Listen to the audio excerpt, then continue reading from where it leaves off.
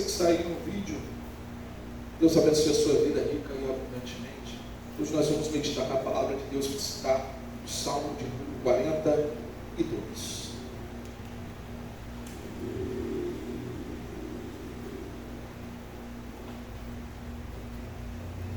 Obrigado, meu irmão.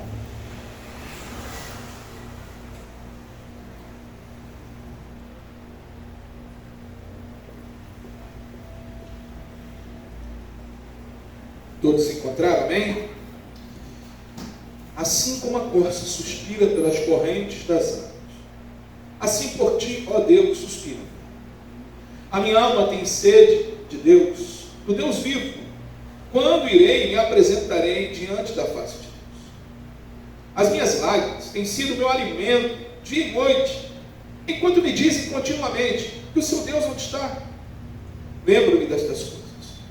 Dentro de mim se derrama a minha alma, de como eu passava com multidão de povo e os guiava em procissão à casa de Deus, entre gritos de alegria e louvor, multidão em festa, porque você está abatido, a minha alma, porque se perturba dentro de mim. Espere em Deus, pois ainda louvarei a Ele, meu auxílio e Deus meu. Sinto abatida dentro de mim a minha alma, e lembro-me, portanto, de ti nas terras do Jordão, no Hermon e no Monte Mizar. Um abismo chama outro abismo. Ao ruído das tuas cachoeiras, todas as tuas ondas e vagas passaram sobre mim. Contudo, o Senhor durante o dia me conhece, a sua misericórdia. Durante o dia, o Senhor me concede a sua misericórdia, e de noite está comigo o seu cântico, uma oração ao Deus da minha vida. Pergunto a Deus, minha rocha, por que te esqueceste de mim? Porque hei de andar lamentando sobre a opressão dos meus inimigos. Os meus ossos se esmigaram, quando os meus adversários me insultam, perguntando sem parar, e o seu Deus onde está? Porque você está abatido, a minha alma, porque te perturba dentro de mim. Espere em Deus, pois ainda o louvarei a Ele, meu auxílio e Deus. Oremos.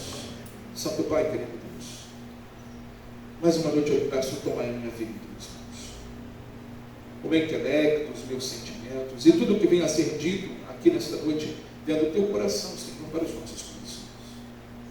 Pedimos também, Senhor, que o Senhor venha iluminar a nossa mente através do teu Espírito, para que possamos compreender, Senhor, tudo aquilo que o Senhor quer ministrar a cada um de nós, e que essa palavra venha frutificar, para que possamos, Senhor, abençoar outras pessoas também através dessa mesma palavra. Continua, Deus, te pedimos, nos fortalecendo a nós, os nossos irmãos que estão no Brasil e no mundo afora, muitos sendo perseguidos, outros sendo martirizados. Tem misericórdia, Senhor, da tua igreja. Toma, Pai, em tuas mãos. Continua fortalecendo os teus servos.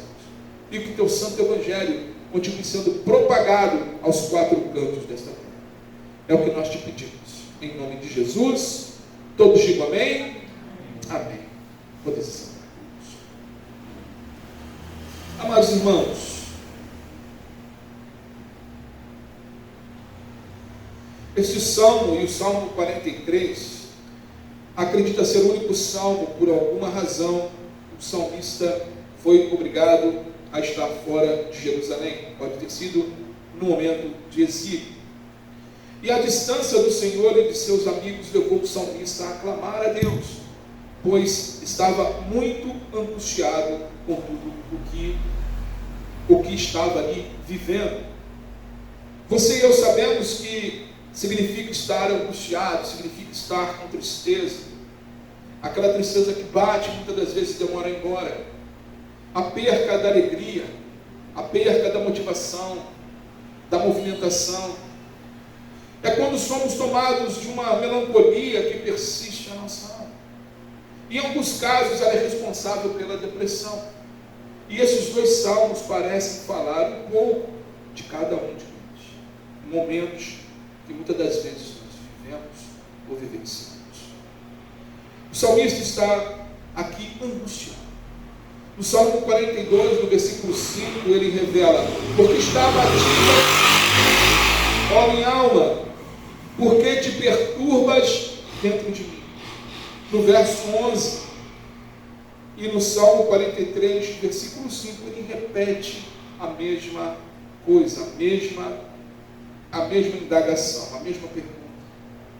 A experiência dele não é isolada do restante da humanidade e nem da nossa. O próprio Senhor Jesus Cristo orou certa vez, quando ele estava no monte Getsemane. Getsemane era ali o lugar de onde amassava as azeitonas, né? Um lugar de lagar, de amassar as azeitonas. Então, ele estava ali vendo, já sabia tudo o que ia acontecer com ele. Ele chama os seus discípulos e diz: a minha alma está profundamente triste. Profundamente triste. No entanto, este estado não agrada a ninguém. O salmista busca uma mudança para o seu abatimento espiritual. Como então se transportar do desânimo? Como então se transportar da profunda tristeza para uma alegria espiritual? O texto aqui ele pode nos indicar. Ele diz aqui: primeiro nós temos que conhecer a causa da tristeza espiritual. O que está acontecendo? O que está movendo dentro de nós? No versículo 1 e 2, olha o que ele diz: assim como a corça suspira pelas correntes das águas, assim por ti, ó Deus, suspira a minha alma. A minha alma tem sede de Deus, do Deus vivo. Quando irei e me apresentarei diante da face de Deus? Ele tem sede de Deus. Ele usa aqui uma expressão bem dramática, né? Muitos falam em uma hipérbole, né? Ele vai ao extremo e ele compara a corça com sede. E quem aqui tiver depois curiosidade, eu creio que tem esse vídeo no YouTube, quando a corça ela tem sede da água, ela começa a gritar, é um grunhido e alto. Então o salmista ele está falando sobre isso dessa forma: Senhor, assim como a corça clama pelas águas, assim a minha alma tem sede do Senhor. É uma profunda expressão pelo real desejo, pela presença de Deus. Amados, nós fomos feitos para adorar, amém? O homem, eu vi uma frase, eu acho que eu tem até um livro, que é dizendo assim: o coração do homem é a fábrica de ídolos. Se Deus não está no centro do teu coração, do nosso coração, alguma coisa está. Porque se nós não estamos adorando a Deus, alguma coisa tomou o lugar de Deus em nossa vida. E nós temos que tomar cuidado com isso, porque isso é muito... o inimigo das nossas almas usa isso de uma forma muito singela. E muitas das vezes nós nem percebemos o que está tomando o lugar de Deus em nossas vidas. E aí começa essa grande situação, a sede. E glória a Deus que temos sede, porque é sinal que nós somos do Senhor. O salmista aqui também, ele diz que ele se alegra com as coisas de Deus. Versículo 4, olha o que ele fala: lembro-me destas coisas, e dentro de mim se derrama a minha alma, de como eu passava com multidão de povo, e os guiava em procissão à casa de Deus, em gritos de alegria e louvor, multidão em festa. Amados, ele está lembrando das coisas do Senhor. Como era bom eu ir buscar a Deus junto com os meus irmãos. Como era bom eu estar na igreja. Como era bom estar em comunhão com os santos. Amados, há uma outra situação bem singela do inimigo das nossas almas, e que atuava desde a época do apóstolo Paulo, chamado gnosticismo. O gnosticismo está dentro de grandes seitas escancaradas, como maçonaria, Rosa Cruzes, está escancado. Mas também está dentro das igrejas de uma forma suja. E o gnosticismo, ele te afasta de Deus. É onde entra o evangelho progressista, onde diz para você que você não precisa tomar uma cruz, que você não precisa negar a si mesmo, que você pode seguir Jesus do seu jeito.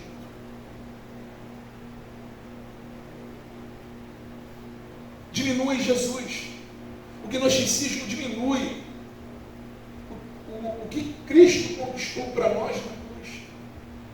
O gnosticismo não faz como se Jesus fosse, para você ter uma ideia, muitos deles tentam fazer as pessoas acreditar que Jesus, muitas das vezes, tem um poder até inferior do que o diabo. Que Jesus não é o Filho de Deus. O gnosticismo fala sobre isso tudo. E muitas das vezes isso é intrínseco. Outra grande situação, por que eu estou falando do gnosticismo? Que esse pensamento, muitas das vezes, eu vou ser crente em casa. Você que está em casa vendo esse vídeo, olha, ouça bem. Esse vídeo é para te abençoar. Às vezes, no momento que você não possa estar numa enfermidade, no momento que você possa estar passando, aí de dor e não possa estar na igreja, mas nada supre como a presença no culto. Você não pode participar da Santa Ceia aí no vídeo, não pode. Muitos aí fizeram na época da pandemia, Santa Ceia virtual. Não existe isso. A própria, quando o Senhor ele fala, toda vez que vos reunirdes, como é que eu estou me reunindo? Estamos aqui virtualmente, reunindo aqui virtualmente. Teve um caso até que o pão caiu e o cachorro comeu. Olha a situação. Não dá, não tem como. Não tem como. Então, amados, aqui quando foi a época da pandemia, a gente só foi fazer ceia quando voltamos juntos, Que eu de máscara aqui na igreja, mas fomos voltar quando foi isso. Imagina, a gente está ali o corpo de Cristo. O bichinho entende, Quem entende não devia estar fazendo isso, Então, amados, são coisas pequenas. E o que essas coisas pequenas, pastor, o que isso tem a ver com a sede de Deus? O que isso tem a ver com a tristeza da minha alma? Tem tudo a ver, porque isso nos leva para longe do Senhor. E quando nós estamos longe da fonte de água viva, o que você sente? Quando você está longe da água, você está caminhando, você está num lugar que não tem água, como é que você fica? Já passaram por momentos assim, que às vezes você está num lugar, e aí você esqueceu de levar água, você está no engarrafamento, e ali aquela sede, a língua chega a ficar seca, Então, amados, é isso. Essas coisas nos tiram da fonte da água viva, e aí a gente começa a ficar sedento. E glória a Deus, porque se você tem sede de Deus, isso é bom. Mas não é para ficar sentindo sede, porque se muitas das vezes a gente fica com sede e não bebe a água, o que vai acontecer? Vai começar a falhar seus órgãos, não é assim? A desidratação até levar à morte. Queridos, nós temos que ver essas coisas como algo sério. Nós temos que lembrar da alegria que outrora muitos tiveram de estar em comunhão, de estar buscando a Deus. Você que está em vídeo, lembre-se dessa alegria, de quando você levantava do seu sofá e vinha para a igreja, cultuar com seus irmãos. Pastor, mas eu estou aqui ferido, Aconteceu isso e aquilo na minha igreja. Irmãos, igreja perfeita não existe. E se um dia você encontrar ela, quando você entrar lá, ela vai deixar de ser perfeita. Porque nós não somos perfeitos, mas Ele é perfeito. Ele. Eu estou dizendo para você aceitar toda e qualquer baboseira, não. Mas eu estou dizendo para você estar numa igreja bíblica, numa igreja que prega a palavra de Deus. mas você tem que se levantar do seu sofá. O salmista lembrava como era bom os momentos de onde ele estava, na presença de Deus, e de como se preparava para ir à casa de Deus.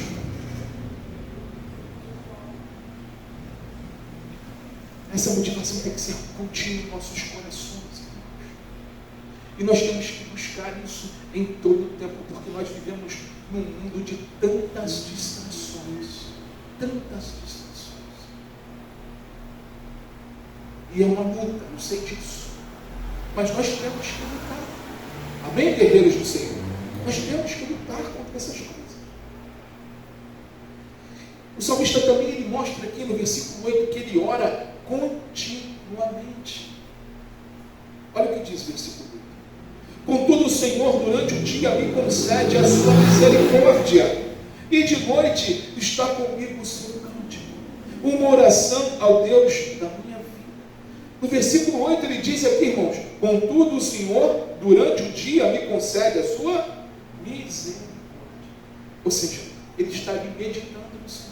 E Deus produz para cada um de nós, irmãos, livramentos.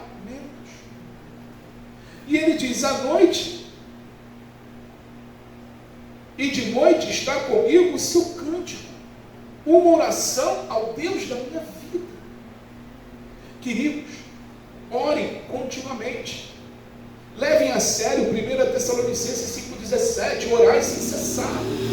Quer que a tristeza vá embora da sua vida? Quer que essa angústia saia da sua vida? Ore, fale com Deus. Entra no seu quarto em secreto, fecha a tua porta, fala com teu pai, que em secreto o teu pai te responde. Faça aquilo que teu pai mandou você fazer. Seja um filho obediente. Cultue a Deus da forma que Ele mandou você fazer, como está descrito na Bíblia, não como você acha. Não como você acha.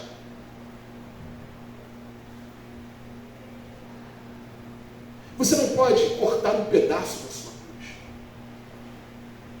Jesus não falou isso. Ele falou que estaria conosco, nos ajudaria. Tome a sua cruz.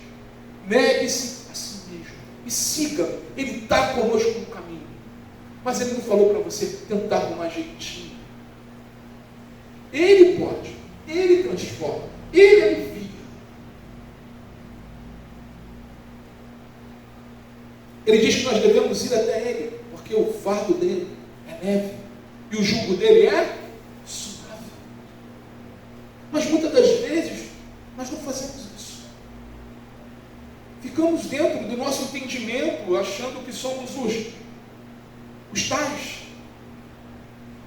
Cuidado com isso. Cuidado com isso, que foi numa dessa que Eva aceitou a sugestão do diabo e comeu daquele fruto.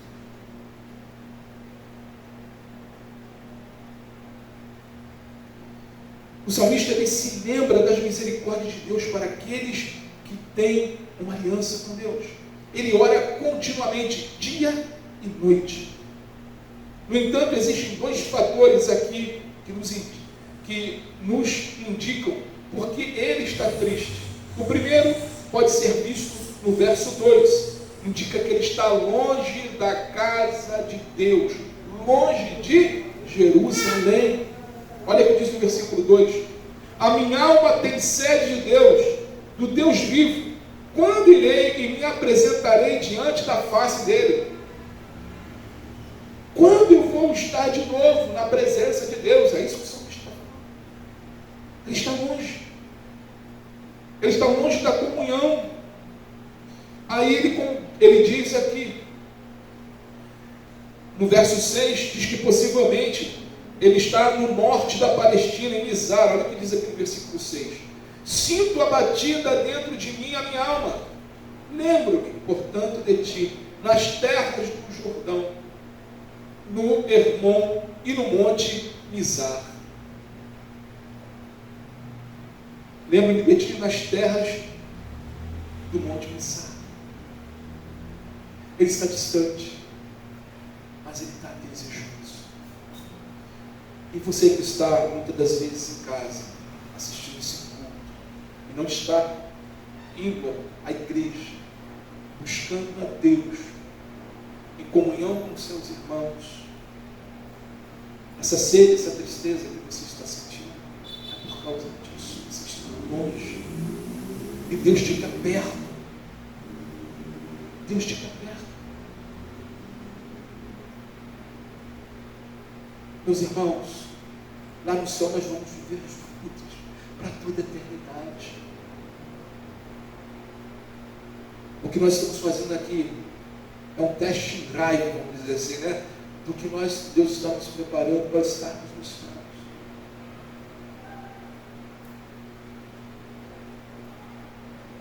Não fique longe da casa de Deus. Não fique longe da comunhão dos santos. Em segundo lugar, ele sofria as palavras duras das pessoas que o cercavam.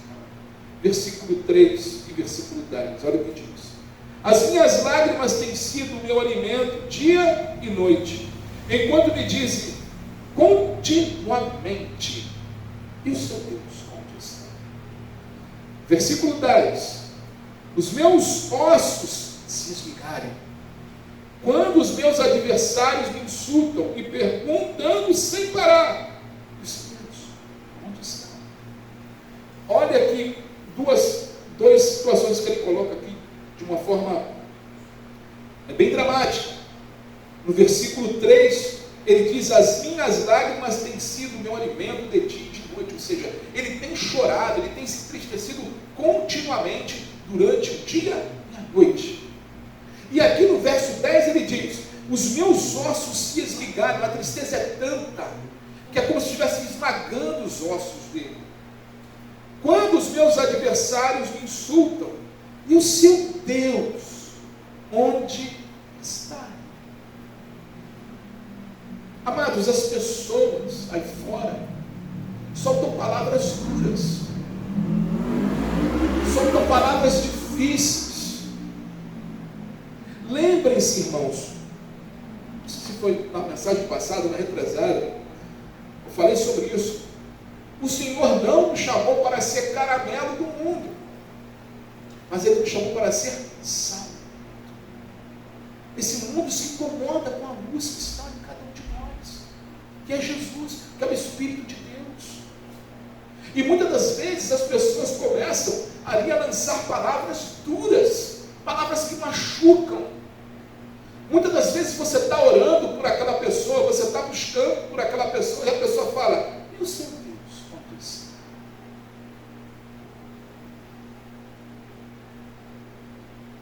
Já passaram por isso? Amém? Eu já. E o teu Deus onde está? Me lembrei do corinho que canta com as crianças. Meu Deus está no céu, também no teu coração. Tudo está morto, mas o meu ressuscitou. Lembra disso? E é isso, irmãos, que nós temos que entender. O nosso Deus está no céu. Ele habita também em nosso coração. Por isso que incomoda aqueles que ainda não conhecem. Eles têm uma visão de um Deus morto. O salmista estava longe, o salmista estava ali, enfraquecido. Ele não tinha ali, naquele momento, de responder ou de falar com intrepidez do espírito, porque ele estava longe da casa de Deus, estava longe da fonte da vida. Ah, você pode falar: ah, pastor, mas eu estou aqui na minha casa, eu oro a Deus, né? Faço aqui os meus momentos. Mas não foi dessa forma que Deus designou para estar. Deus, Ele quer te encher. Há um convite, o apóstolo Paulo fala: enchei-vos do Espírito. Deixai-vos o Espírito encher. E não é do seu jeito, não é do meu jeito, mas é do jeito dele, é da forma dele.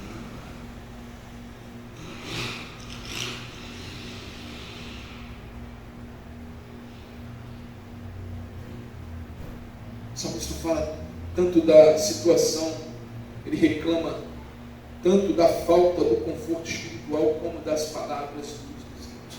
Amados, Crente que é crente não consegue viver longe da presença, longe da casa de Deus, longe da comunhão dos santos. O crente que está afastado, uma vez eu usei essa expressão aqui na igreja há muito tempo, parece um walking dead, vamos dizer assim, um zumbi, porque ele não é nem tão pecador. Né? O zumbi o pessoal usa na ficção, né? Para dizer que é um morto-vivo, né? Não é nem tão pecador e nem tão cristão. Então ele está ali, né? No mundo aí não fala nem um palavrão e nem, né? Como do mundo fala, estou falando que é certo, não, pelo amor de Deus, irmão. Estou falando que não vive nem tanto o mundo, nem vive a igreja. Por quê? Porque o crente que é crente, ele já foi separado. O que ele tem que fazer, o que nós temos que fazer, o que o salmista está falando, é nos santificar. E esse santificar já é buscar ao Senhor em primeiro lugar. Em primeiro lugar. Assim, este homem aqui sente saudoso da casa de Deus e com necessidade do conforto dos irmãos e entristecido com a dureza das palavras dos que o rodeiam. A consequência é angústia. Será que nos identificamos com o salmista nesses pontos? Amados, lembra do filho pródigo? O que ele conseguiu longe da casa do pai? O que ele conseguiu? No início tudo era festa, mas veio o problema, acabou os recursos, ele não tinha um para dar um prato de comida para ele. Não foi assim? E aí caiu a ficha. Eu vou para a casa do meu pai. Pelo menos me tratar como um empregado lá, pelo menos um empregado do meu pai, tenho que comer. E o pai restaura a sorte do filho, dá tudo a ele que ele viu que ele se arrependeu. Assim é Deus conosco. Nós temos que saber o caminho da cura. Em cada parte onde o salmista demonstra sua tristeza, ele aponta para a cura. Versículo 42, verso 5, verso 11. Olha o que ele diz aqui. No versículo 42, versículo 5. Por que você está abatida, ó minha alma? Por que se perturba dentro de mim? Espere em Deus, pois ainda louvarei a Ele, meu auxílio e Deus meu. Versículo 11. Por que está abatido a minha alma? Por que se perturba dentro de mim? Espere em Deus, pois ainda o louvarei a Ele, meu auxílio e Deus meu. 43, verso 5. Salmo 43, versículo 5. Por que você está abatido a minha alma? Por que se perturba dentro de mim? Espere em Deus, pois ainda o louvarei a Ele, meu auxílio. Amados, podemos pensar, é como se fosse um recado de Deus Pai, Deus Filho e Deus Espírito Santo, dizendo: espera em Deus, porque você vai voltar a louvar. Há momentos de tristeza, há momentos de abate, há momentos de angústia, como eu falei do nosso Senhor Jesus Cristo.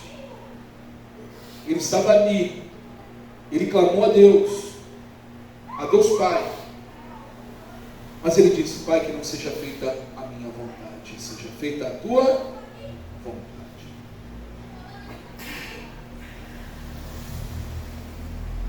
Ele não se entrega ao mau humor, mas ordena a ele mesmo que veja em Deus a solução. A sua mente repreende o seu coração e sua razão ordena a sua emoção, que não se abale, mas olha para Deus. Ele não aceita a autopiedade ou permite ter baixa estima, mas levanta o rosto para Deus. Ele não espera que os homens deixem de atacá-lo ou que lhe confortam. Ele entende que precisa tratar com Deus. E ele diz: espera em Deus. Amados, o Salmo 46, versículo 10, ele diz: aquietai-vos e sabei que eu sou Deus. No mesmo Salmo que diz que Deus é o nosso baluarte, a nossa fortaleza. Ele diz assim: aquietai-vos, fiquem quietos, aquieta a sua alma.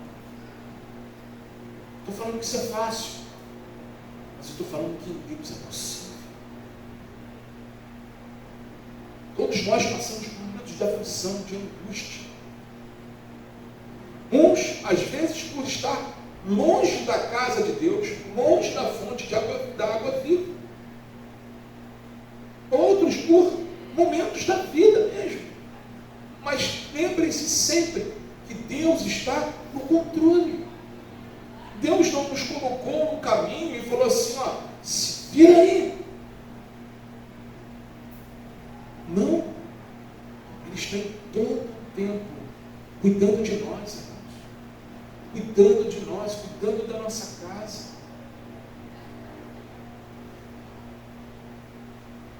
O salmista diz que o nosso auxílio não vem do homem, vem do Senhor. É Ele o nosso auxílio.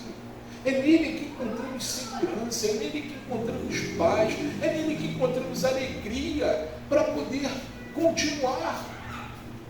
É nele.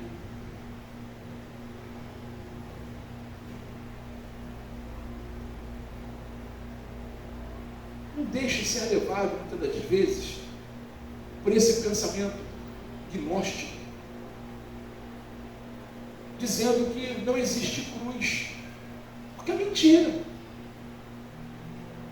Quem aqui não tem uma cruz para levar? Quem aqui não está levando uma cruz nesse momento? Não é?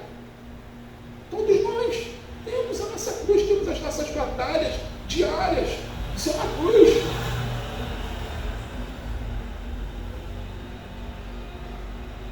É uma cruz. Mas o Senhor está conosco, está com a sua igreja. Deus faz, irmãos, nesses momentos nossos de dificuldades, momentos de dificuldades aqui do salmista, Ele faz refletir o poder dEle, de mover o poder dEle. Ele faz o mundo ver que Ele está conosco, que Ele está com você. Ele faz esse homem aqui que estava insultando o salmista: aonde o teu Deus está? Em dado momento, quando o salmista aqui voltar diante da presença de Deus, e ele estar de novo à casa de Deus, ele vai mostrar quem é o Deus dele. O nosso Deus, irmãos, é poderoso. Nós cantamos aqui 2 ou 3 hinos falando sobre isso, da grandeza de Deus. Grande é as suas obras, né? Senhor Todo-Poderoso. O que esse Senhor Todo-Poderoso não pode fazer por mim e por você? Será que o que você está sentindo, o que eu estou sentindo, o que nós estamos sentindo, o que você aí no vídeo está sentindo, é maior do que o Deus que criou todo o universo, que criou todas as coisas? Claro que não.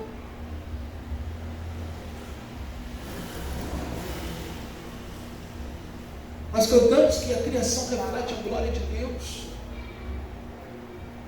mas que dentre tantas coisas lindas, tantas coisas que mostram o poder de Deus, é quando olhamos por esse monte aqui, o Frade, né?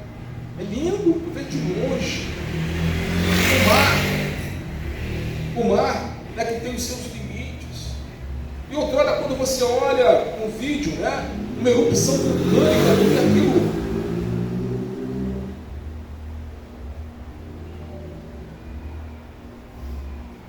O poder de Deus. Mas nada disso externa a glória de Deus, a criação de Deus. Mas nada disso se compara ao poder do Senhor.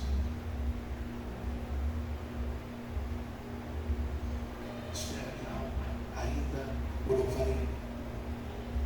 Amém? Não desista.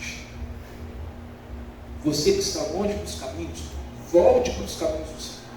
Volte para a comunhão do Senhor. Você que está passando por momentos difíceis, está aos pés de Cristo, faça esse convite à sua alma. Fale para a sua alma. Pergunte para ela, por que você está abatido, Amial? Por que perturba dentro de mim? Por que balança as minhas emoções? Espere em Deus, pois ainda o louvarei. A Ele, meu auxílio e Deus meu. Ele louvará ao Deus que é o auxílio dele. E o Deus que é dele.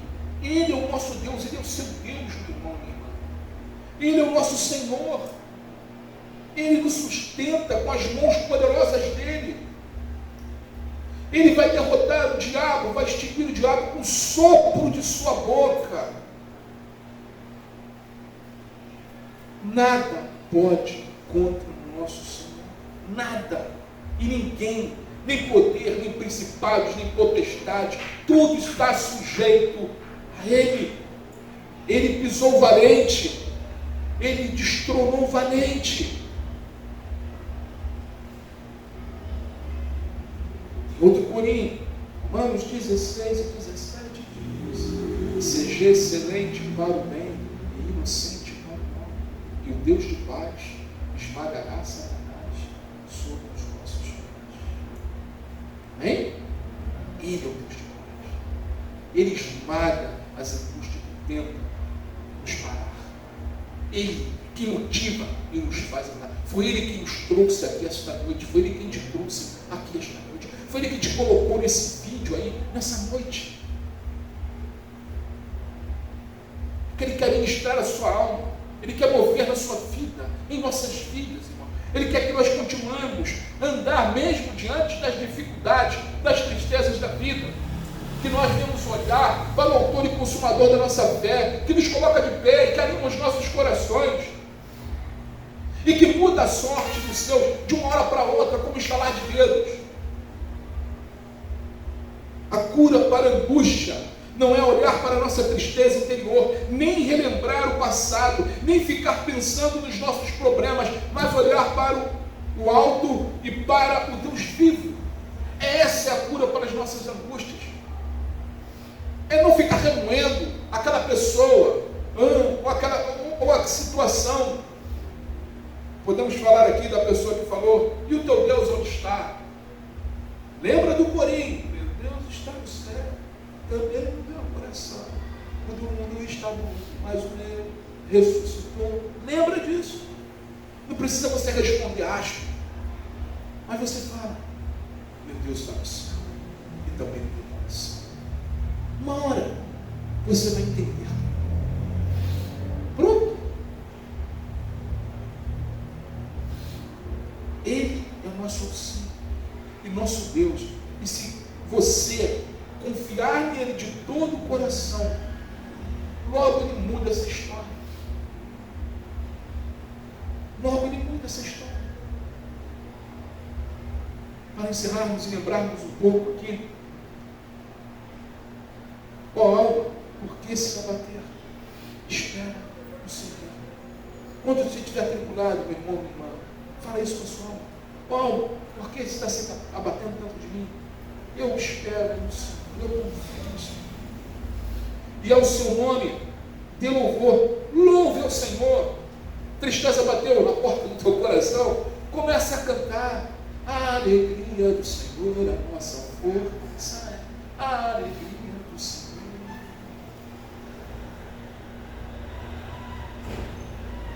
Louve a Deus com a alegria do seu ser. Sabe, faça a tristeza bater retirada com o seu cântico. Louve a Deus. Louve a Deus. Ele é a minha vida e a razão do meu viver. Louve a Deus. Ele é a tua vida. Ele é a razão do nosso viver. Ora, porque se abater, espera no Senhor. No Senhor. O salmista nos ensina: se olharmos para nós mesmos, ficaremos desanimados. Se você olhar para a sua situação, se nós olharmos para nós mesmos, se nós só ficamos olhando para a cruz, no sentido de, mas eu tenho Deus que me dá força para levar essa cruz. Eu tenho Deus que fortalece os meus pés. Eu tenho Deus que fortalece os meus braços. Eu tenho Deus que me ajuda. E quando o negócio fica muito difícil, Ele manda um sirineu, irmãos. Lembra do Sirineu? Ajudou Jesus a levar a cruz, amém? Deus manda. E ali dá aquele alívio. E nós continuamos a caminhar, olhando para Ele. Para Ele. Não deixe o seu coração fazer você parar de olhar para Ele.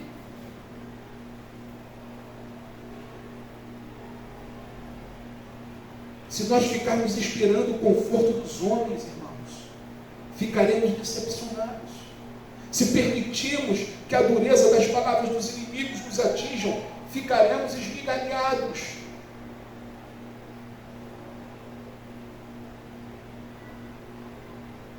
Os meus ossos se esmigalham quando os meus adversários me insultam. Versículo 10 do capítulo 40, do Salmo 42.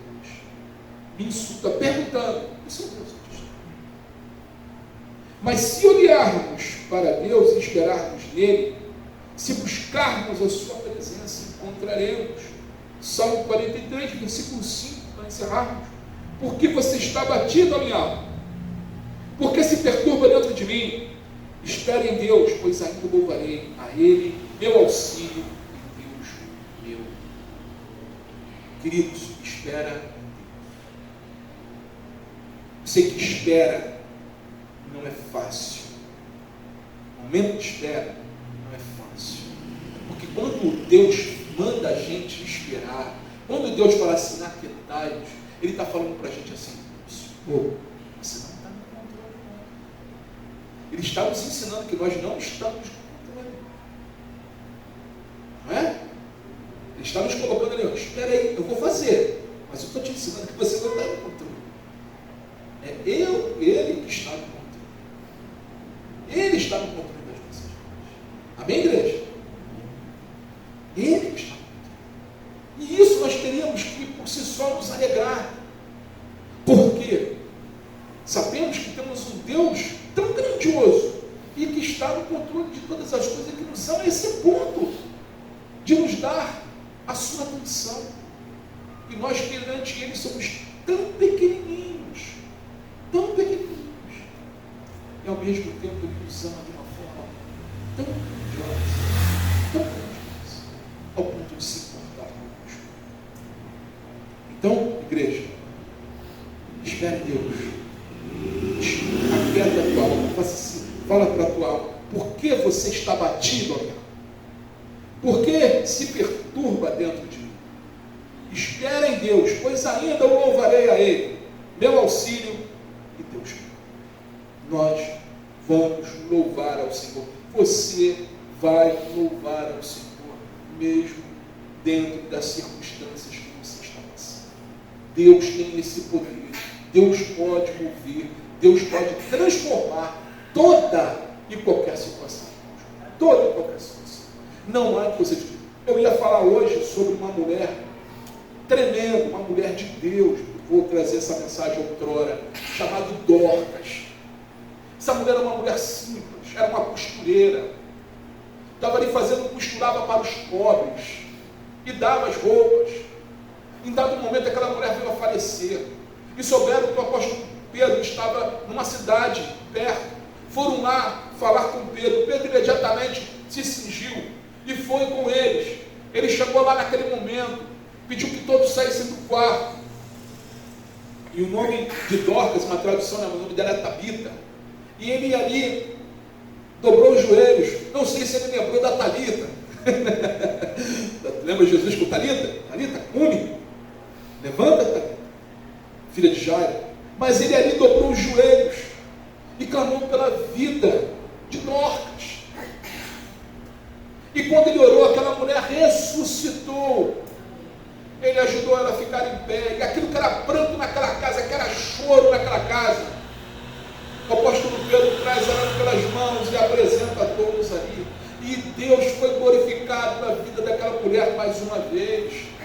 E todas as pessoas, muitas pessoas daquela cidade se converteram, e das cidades adjacentes, através do testemunho de Dorcas.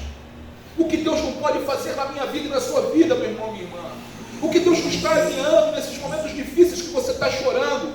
O que Deus não pode fazer através do Espírito Espírito Santo a tocar outras vidas e outras pessoas. Nós temos que morrer para nós mesmos, irmãos.